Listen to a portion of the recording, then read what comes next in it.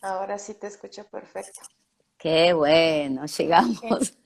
Sí. ¿Tú me Hay ves que bien? aprender tantas cosas. Sí, Sí.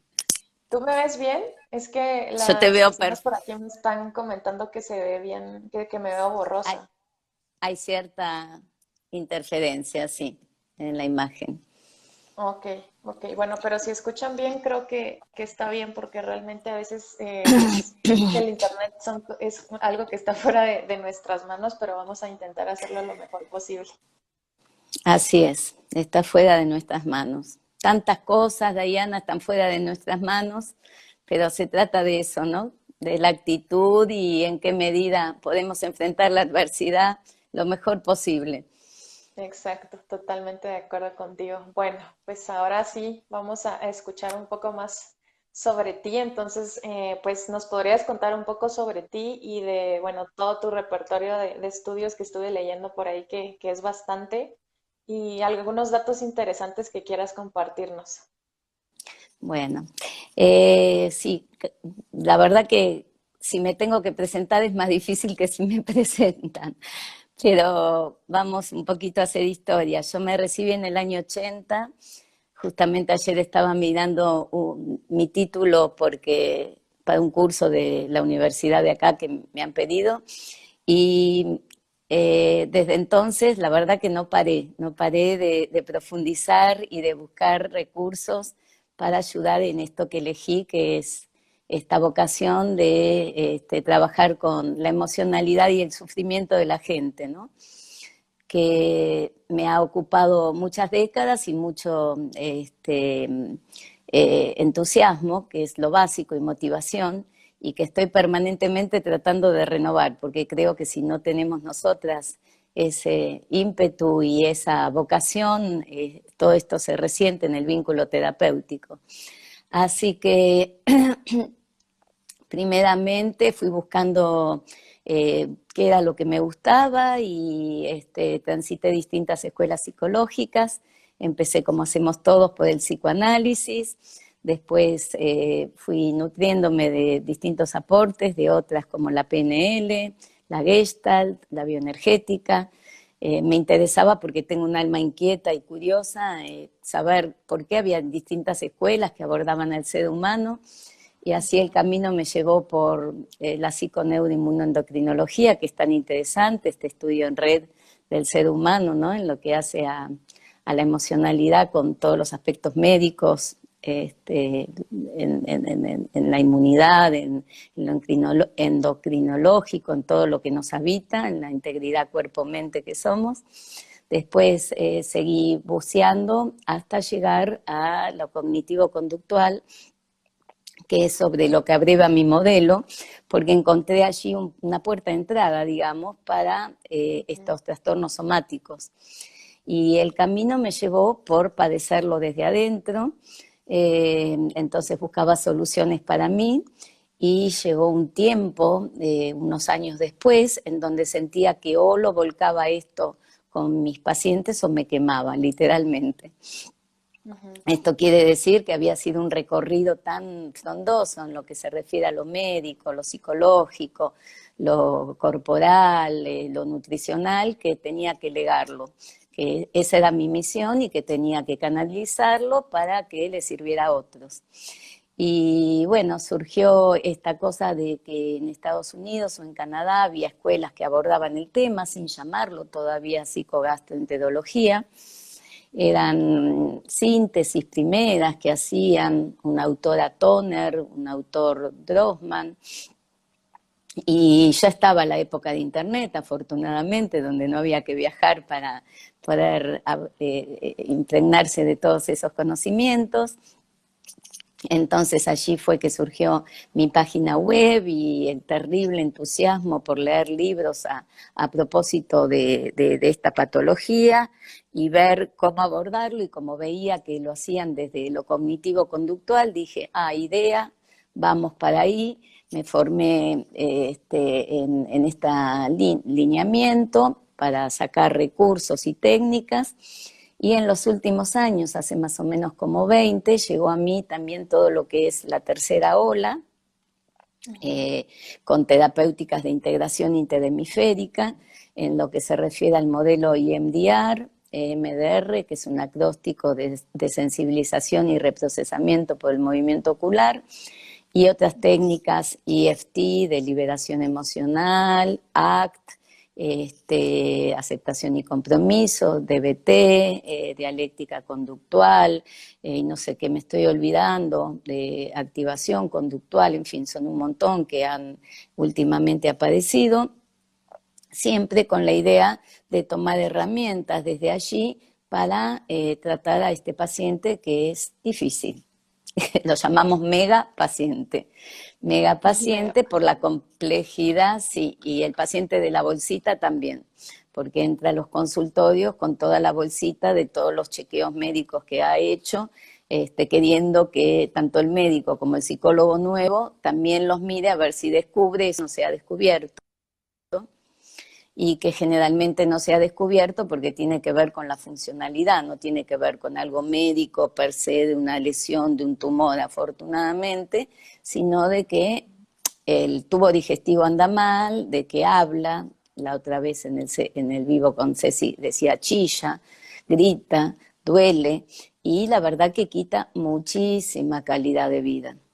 Entonces, ese es el corazón de por qué a mí me interesó indagar, profundizar y seguir ayudando desde allí porque sé perfectamente lo que se sufre. Sí, totalmente. Súper, súper interesante todo el recorrido que has tenido. Realmente, pues, estás llena de conocimiento, ¿no?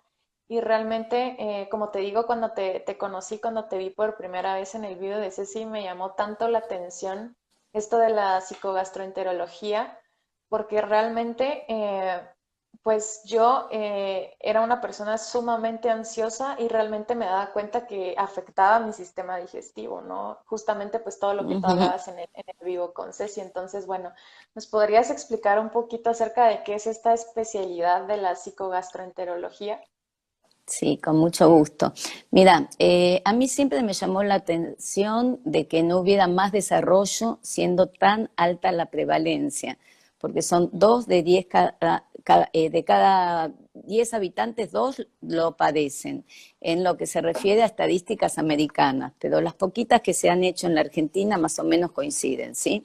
Te diría que transculturalmente en todo el mundo hay países donde hay más todavía afección Ujú. y muchas veces tiene que ver con la alimentación en esos países. De hecho, en Estados Unidos se come mucha comida chatarra, ¿no? Todos sabemos. Ujú. Entonces, la dieta no es la causa, obviamente, luego me voy a referir a eso si querés, pero a lo que voy es que así que me llamaba la atención cómo existe la psico-oncología y la psicocardiología como disciplinas que han tenido cierto desarrollo. Y en ese sentido, eh,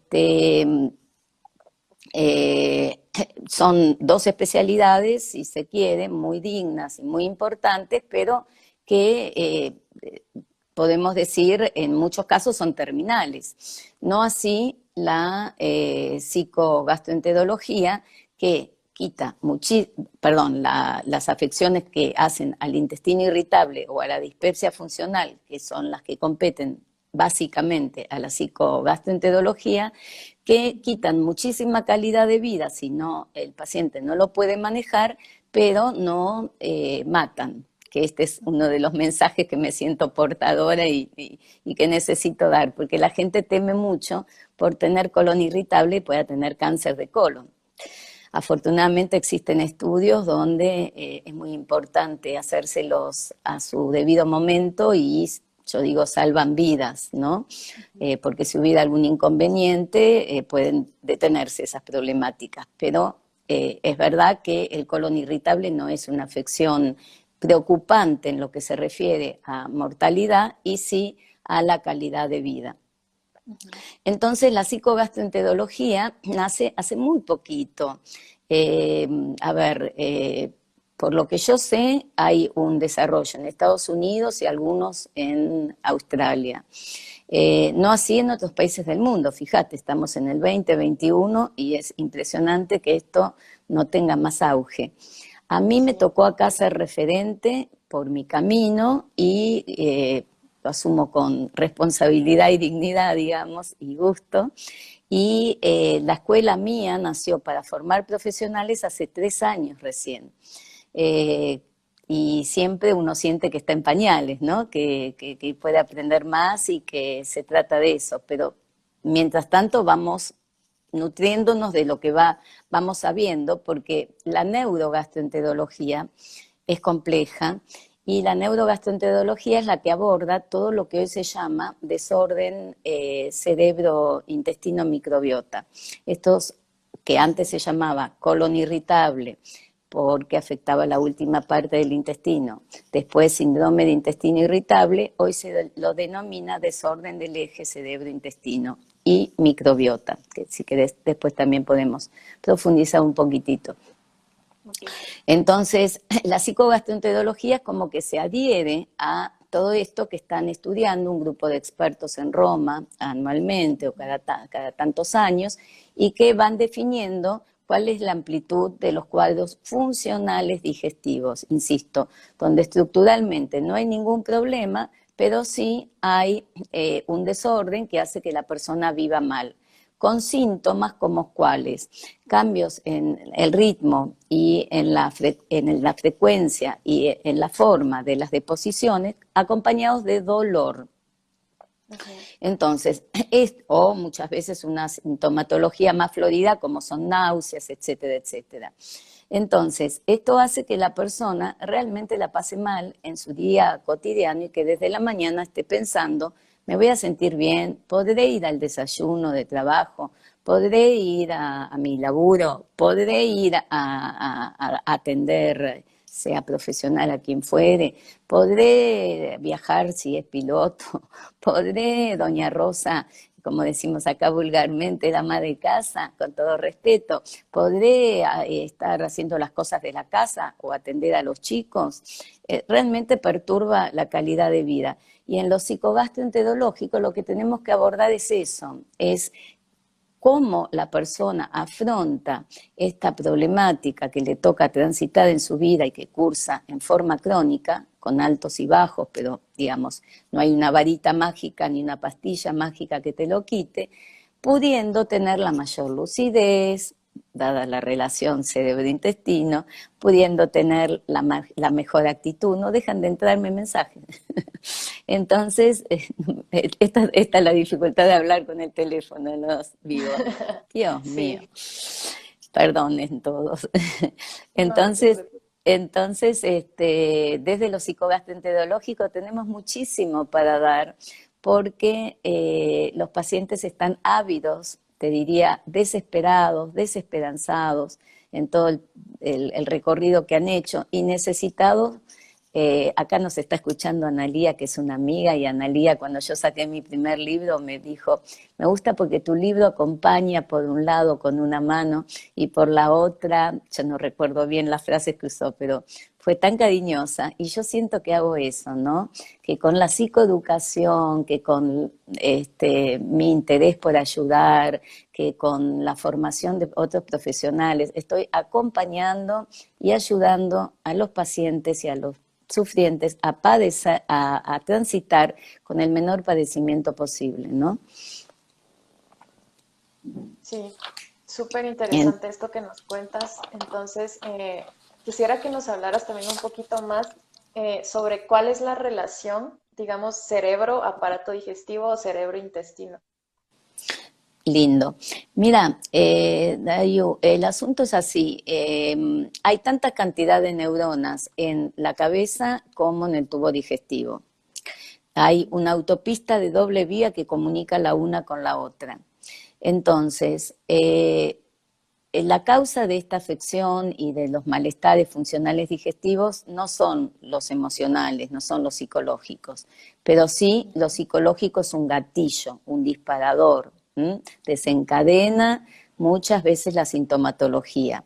Entonces, como están intercomunicados, ¿qué es lo que lo psicológico desencadena? Desencadena lo que antes decía, el cambio en la frecuencia y en la forma de las deposiciones conjuntamente con dolor, náuseas, toda esta sintomatología que no es muy agradable y que además la gente le da vergüenza hablar de ella, porque cuando hay estrés, que todos vivimos sujetadísimos a ello, desgraciadamente, y ni hablar en el 2020 y en el 2021 y no sabemos lo que va a venir Sí. con la incertidumbre que estamos transitando, eh, cuando tenemos estrés, sabemos que hay un eje donde el estrés deviene en ansiedad, en trastornos de ansiedad, y la ansiedad cuando quiebra eh, termina provocando depresión, que siempre digo es a lo que hay que tratar de no llegar. ¿Mm? Pero, digamos, cuando todos estamos sometidos a este estrés, que generalmente es cotidiano y va a depender de la personalidad de cada quien, dada la comunicación entre el cerebro y el intestino, es como que se activan todos los músculos, la sensibilidad gastrointestinal, la motilidad, y termina generando sintomatología.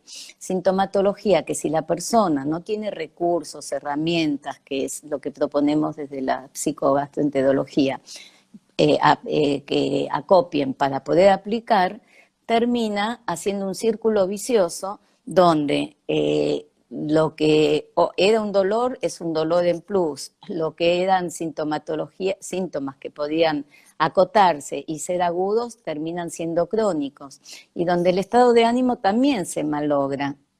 Ujú. Y el enfermo siente, como me han dicho ayer y escucho desde hace tantas décadas, que no le encuentra salida o que se deprime porque no ve la solución. Entonces, hay una relación tan directa entre el cerebro craneal y el sistema nervioso entérico propio del tubo digestivo que cualquiera de los dos lugares que impacten va a hacer que el otro se potencie si no cortamos ese círculo vicioso. Ujú. Y para complicar las cosas, en los últimos años, complicar o ayudar, realmente ayudar, se ha descubierto la importancia de la antiguamente llamada flora intestinal, Ujú. que hoy se denomina microbiota, y que pareciera ser la vedette en lo que se refiere a que si hay mala fermentación, si hay una disbiosis se llama, o sea, bacterias patógenas en el intestino per se y en el tubo digestivo, lo que termina influyendo sobre la conducta de la persona. Entonces, afortunadamente hay tratamiento para eso, pero el gastroenterólogo lo tiene que conocer, lo tiene que medicar, lo tiene que tratar al paciente para cortar también esa sintomatología.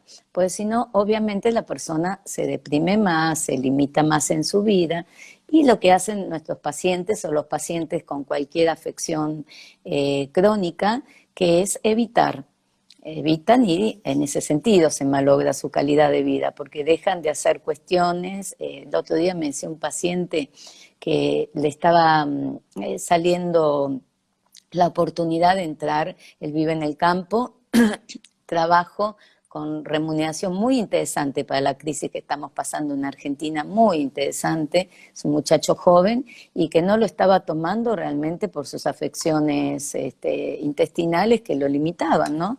Esta cuestión de preocuparse porque lo llame seguidamente el baño, por tener dolor, por estar malhumorado, etcétera, etcétera.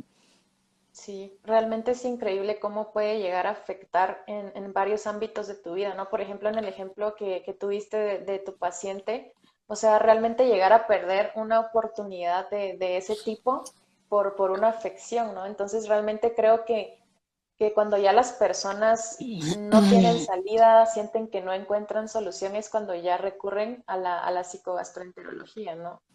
Y bueno, Así es. cómo No, dirías tú? quería Sí, dime. agregarte, Dayu, que es tan amplio, por ejemplo, en el ámbito afectivo, tanta gente que deja de socializar, de ir a reuniones con amigos, o que deja de hacer nuevas relaciones, que tiene ganas de conocer, en el caso de un muchacho, una chica, o sea, tengas la elección sexual que sea, digo, de conocer una pareja, y se limita porque se siente que es minusválido, ¿no? Que se siente limitado, que se siente que le va a dar vergüenza si salen a comer, tener que ir al baño, le va a dar vergüenza no poder comer porque muchos dejan de hacerlo, adelgazan y tienen dos problemas, porque no solo no se mejoran, sino que también se pueden sentir más débiles y, en fin, limitarse en algo que es básico, como es la nutrición, ¿no? Sí, Sí, totalmente. discúlpame que te interrumpí. No, no, no, no te preocupes. Bueno, ¿y cómo dirías tú que se conceptualiza hoy al cuadro de colon irritable?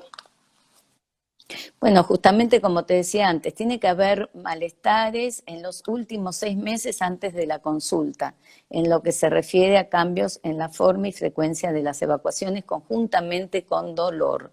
¿Sí? Esto es lo que hasta hoy se conceptualiza, incluido los malestares altos en lo que se refiere a síntomas de dispepsia funcional, que también son funcionales, cuando sentimos malestares como eructos, pesadez postprandial después de las comidas, acidez, etcétera, que tienen más que ver con la parte de esófago y estómago que con el intestino per se.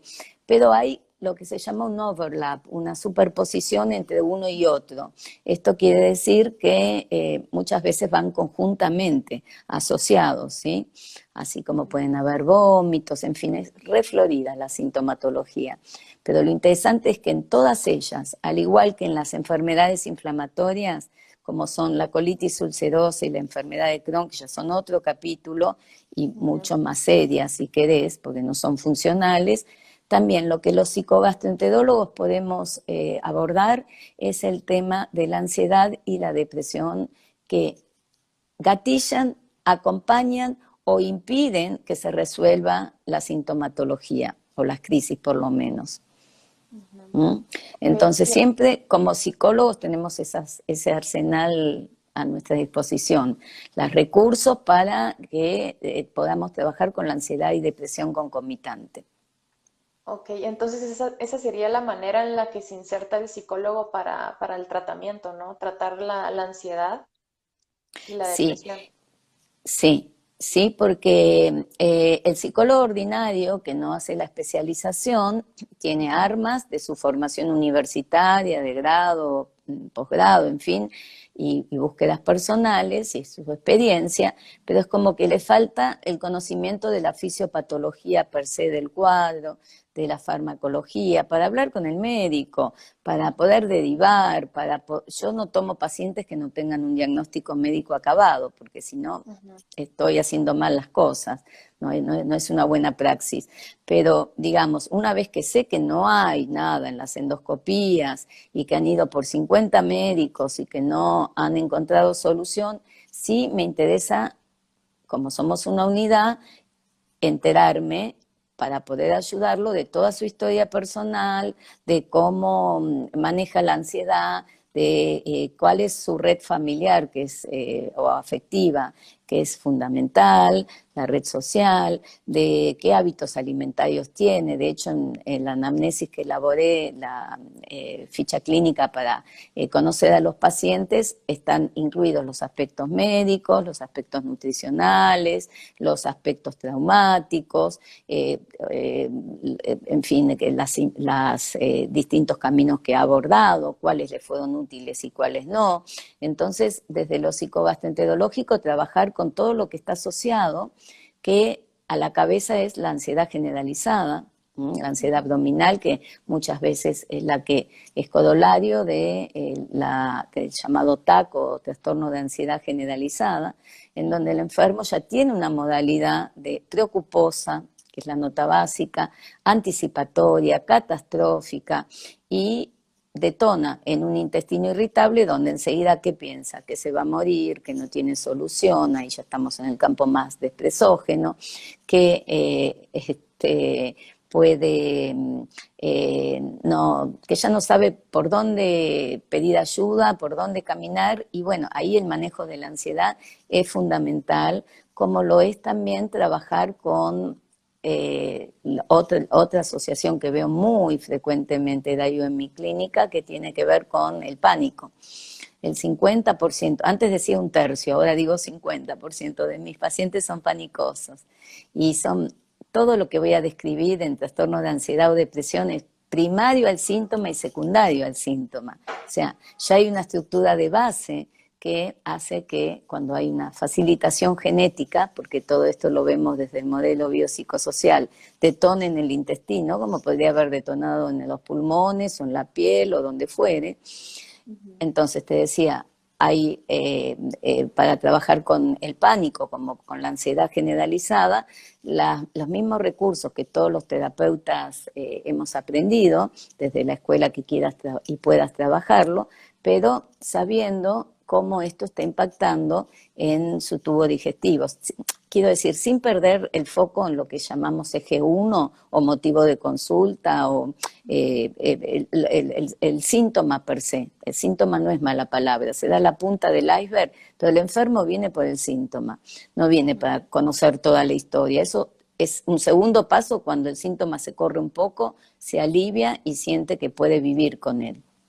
Ujú. No sé si te respondí. Así como Sí, sí, sí. eso, podemos hablar de la ansiedad social, podemos hablar de estrés postraumático, porque toda la rama de los trastornos de ansiedad están implicados conjuntamente en lo que yo veo en la clínica con los enfermos gastrointestinales, ¿no? Entonces, Sí. trabajar sobre la ansiedad o sobre la depresión es fundamental. Sí, súper interesante lo que nos comentas y bueno, mi experiencia es que, como te decía, yo era una persona sumamente ansiosa y era más ansiedad social. Por ejemplo, cuando a mí me tocaba exponer o hablar en público, desde que yo sabía que me tocaba hacerlo, yo empezaba ya como que a tener síntomas, entonces me ponía muy nerviosa y rápido lo sentía en el estómago, ¿no? Entonces rápido empezaba como que a sentir malestar estomacal. Y era algo que empezaba desde el día en que yo sabía que me tocaba hablar en público y el día que ya tenía que hacerlo, pues ni se diga, o sea, era lo peor, o sea, yo estaba súper mal del estómago enfrente hablando en público y sentía cada vez que era peor, encima sudaba de los nervios, me temblaban las manos, sentía que hasta que me temblaba la voz. Entonces, por eso te digo que me llamó tanto la atención cuando te escuché por primera vez, porque me identifiqué realmente y me di cuenta de que es tan increíble cómo es que se relaciona y muchas veces las personas no lo saben y como tú dices, van a 50 médicos buscando una solución porque realmente pues es un problema muy molesto que afecta muchísimo la calidad de vida y que realmente no logran encontrar la solución, no logran encontrarla y es ahí cuando ya entras tú, ¿no? Cuando ya es como que ya se quedaron sin opciones y tratan de buscar una solución en otro campo que implica también la psicología. Entonces es lo que a mí me parece fascinante. Y bueno, quisiera preguntarte si dime. No, que lo decís muy, muy bien. Estás describiendo la ansiedad social. Dicen que el miedo a hablar en público es peor que el miedo a la muerte. La primera vez que lo leí me impactó mucho, pero quien lo padece sabe que es así, que se está sintiendo muy, muy expuesto.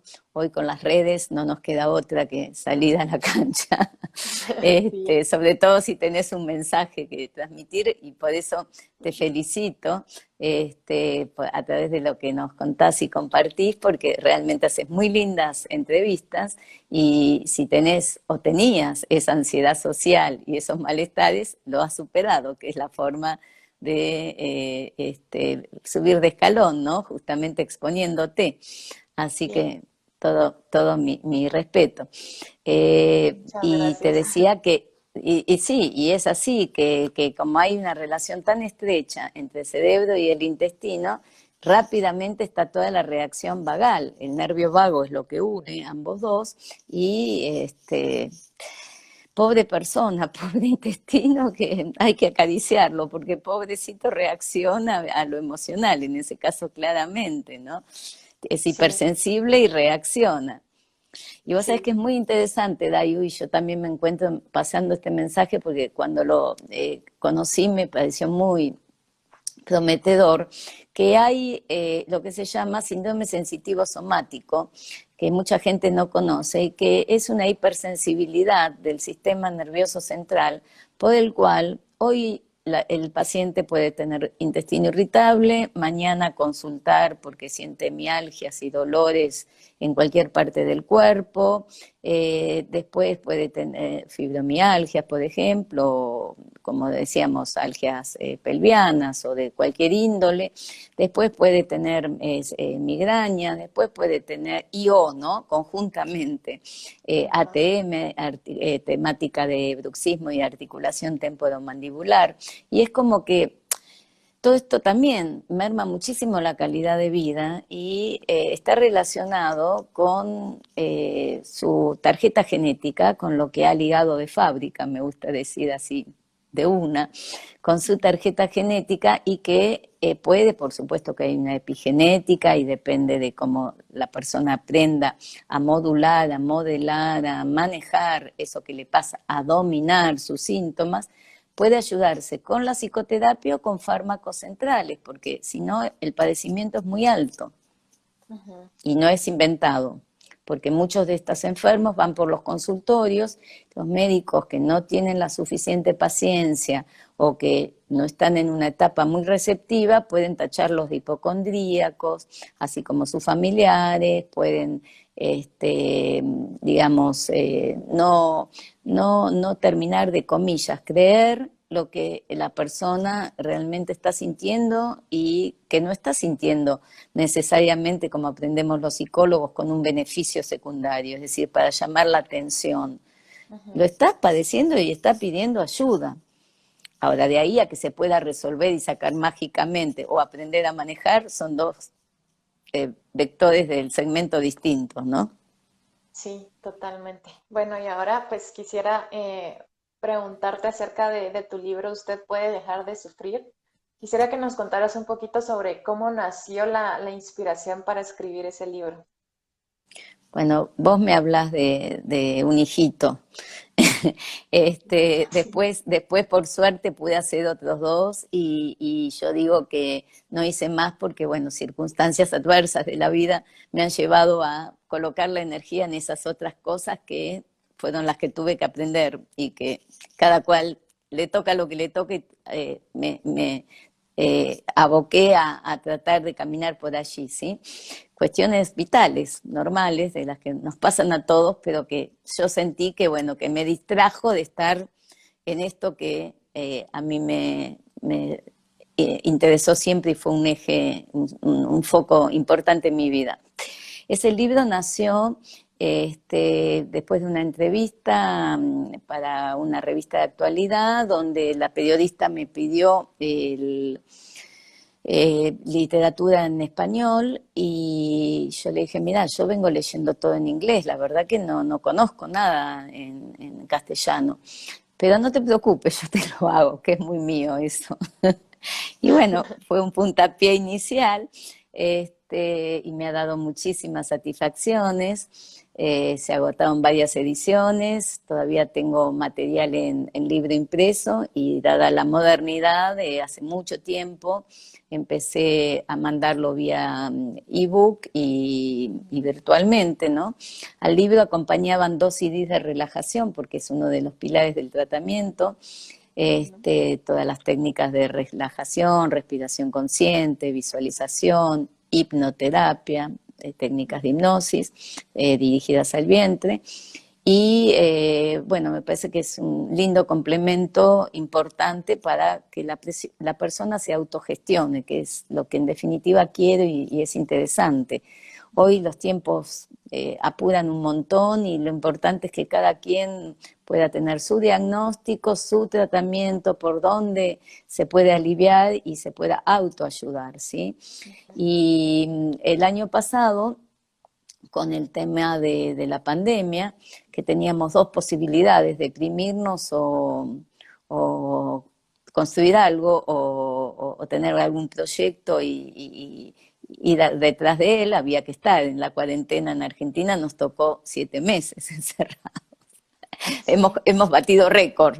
Entonces, sí, nosotros nos especializamos en tener récords en muchas cosas. Entonces,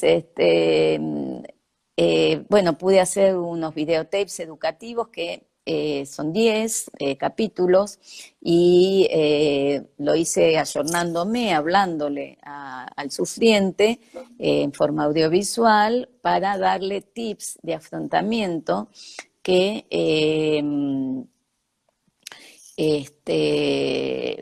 y que pueda abreviar terapia, porque también me parece que vamos hacia estos tiempos, economía de por medio, ¿no? En los que, bueno, ya la terapia está cambiando sus formatos, no solo por lo virtual, sino la gente vive muy apurada, muy necesitada, y pensé que este material podía serle de utilidad a quien lo sufre, porque ahí hay herramientas, hay psicoeducación, digamos, de repente no hay lo que hago en la clínica, que es terapia para el trauma también, para ver cuál es el trauma inicial, lo que llamamos la escena fundante, y desde allí cómo desensibilizarla para que esto no sostenga el síntoma. Pero todo lo demás en los videos educativos o libro multimedial, yo misma no termino de darle un nombre claro, están a disposición conjuntamente con los 2 CDs de relajación, y el año pasado tuve la suerte también de traducirlo al inglés. Así que ahí vamos, haciendo campaña nomás, creciendo. Sí, qué interesante. Este, transmitiendo material, transmitiendo humildemente lo que pude sintetizar y que creo que le puede servir a otros, insisto. Ok. Y no, me comentaste que también tienes otros libros. ¿Cuáles son los otros libros que tienes? Mira, hay un segundo libro que se publicó, pero después no se reimprimió, y lo hice curso por módulos de formación para terapeutas, que Ah, tenía más un target para terapeutas. ok, ok. Entiendo. Ok. Bueno, y también estaba viendo en tus redes que desarrollaste distintas modalidades de servicios. ¿Nos podrías contar un poquito más sobre eso? Sí, cómo no. Mira, cuando el paciente yo veo que viene y que no es suficiente con el modelo clásico, que es la psicoeducación, que tranquiliza un montón, Ujú. sobre todo derribando el mito de la cancerofobia, ¿no? Y entendiendo qué es lo que le pasa, para no perpetuar ese círculo vicioso del que hablábamos antes. Ujú. Cuando veo que ya tiene el acopio de técnicas de relajación que hoy están, por suerte, tan en boga, meditación, por YouTube hay infinidad de ayudas y lindas músicas y apps dedicadas a eso, y etcétera. Implemento hipnoterapia, que es una modalidad donde intentamos que el enfermo no esté, digamos, entre comillas, violando la censura, ¿no? De la persona, a los fines de poder dirigir inducciones más directas hacia el vientre, sobre todo en los casos de reflujo gastroesofágico, en los casos de dispepsia funcional, cuando la persona no puede ingerir muchos alimentos y no hay nada en los estudios, o en los casos de dolor o de diarrea, mucho más que en estreñimiento, porque mucha gente se enoja que en estreñimiento no encuentra ayuda, y son temas más médicos, desgraciadamente, pero más mecánicos. Pero en lo que se refiere a estas, digamos, los enfermos que no se mejoraron solo con la pastillita el remedio gastroenterológico, ni tampoco con lo psiquiátrico, ni tampoco con la dieta. Ahí vamos y con la primera parte de mi tratamiento. Yo veo que no hay mucho avance con la hipnoterapia en un número acabado de sesiones, a ver si a partir de esto, y escuchándolo él habitualmente en su casa, ya que lo grabamos, antes les mandaba la grabación, ahora muchas veces va directamente la sesión del Zoom, y escuchándolo entre las sesiones puede seguir, te diría, creando nuevas redes neuronales, ¿no? El cerebro, así como puede enfermar, puede curar. Entonces, es la idea que puedan implementar nuevas autosugestiones para funcionar, en esto disfuncional, hacerlo más funcional, modificar un poco las órdenes que el cerebro está mandando, porque están facilitadas a sus órganos de choque. Entonces, bueno, la hipnoterapia es uno de ellos. Y después mi gold standard al que estoy abocada hoy, 1000 por 1000, es al diplomado, que es la formación de colegas, que no son solo psicólogos recibidos, sino que entiendo que puede serle muy útil a estudiantes de psicología, como a médicos interesados en la especialidad. De hecho, ahora estoy iniciando un segundo curso hasta fin de año de la diplomatura y ya están inscritos 3 médicos, 4, y lo valoro ampliamente, que quieran saber más sobre los aspectos psicológicos que hacen al cuadro. Médicos gastroenterólogos fundamentalmente, pero hay también de otras especialidades, sobre todo los clínicos que abordan tan integralmente al paciente. Te decía, entonces, estudiantes de psicología, psicólogos de grado, por supuesto, médicos, y también abierto a coaches, counselors, enfermeras, porque todos tienen mucho que hacer, siquiera tener los conocimientos para acompañar. Una de las personas que se inscribió en el último curso no es nutricionista, es coach nutricional y deportóloga. Me pareció tan interesante también, porque esto nos afecta a todos, y cuanto más conocimiento haya y más manejo haya, bueno, tanto mejor puede pasarlo a la persona. Pero no me canso de repetir que hay que hacer un combo. Esto quiere decir, hay que hacer el abordaje, ni el médico solo, ni el psicólogo solo, ni el nutricionista solo, ni el osteópata solo. Todo lo que ayude es bienvenido. Homeopatía, acupuntura, terapia floral, es decir, la mejor medicina es la que ayuda, y tampoco me gusta hablar de cura, a sanar, ¿no? Y cuanto más integrado estén todos esos recursos en la persona, seguramente mejor lo va a pasar. Entonces, el gold standard mío hoy por hoy es abocarme a formar otros profesionales, y me gusta el término pasar la posta, que es dar aquello que me hubiera gustado que me dieran a mí, ¿no? Como pudiendo llegar a distintos puntos del interior de nuestro país, que fue un deseo mío, un sueño que ya lleva mucho tiempo, porque no hay derecho que solo el que vive en la capital tenga acceso a esto, como a otros países, y ahora con la virtualidad, bueno, tenemos todas estas ventajas, que es una de las pocas cosas rescatables de la pandemia. A favor. Sí, totalmente. Y la verdad que El qué online. interesante porque como comentabas al inicio que pues en Latinoamérica no hay como que mucha información al respecto.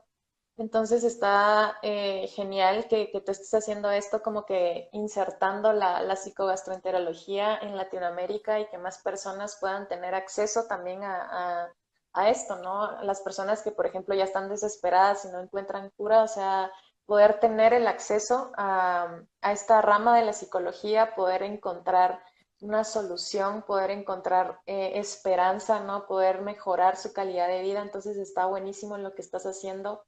Y bueno, pues invitar si hay algún Muchas profesional por gracias. acá a que si está interesado, pues que averigüe, ¿no? Te pueden escribir a ti, Silvia, para pedir información acerca de este diplomado de formación, que está Por buenísimo. supuesto.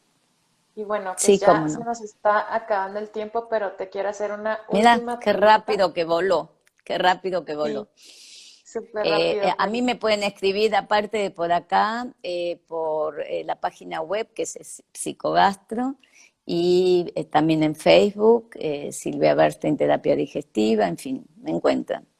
Ok. Y sí, la verdad que lo hago con mucha alegría, y casi te diría, me pone muy feliz poder transmitir todo esto, porque siento que para eso nací. Así que acá Sí, estamos. ¿Qué me querías sí. preguntar? Bueno, pues la última pregunta que te tengo es de que si tú consideras que incrementó la consulta a propósito de la pandemia.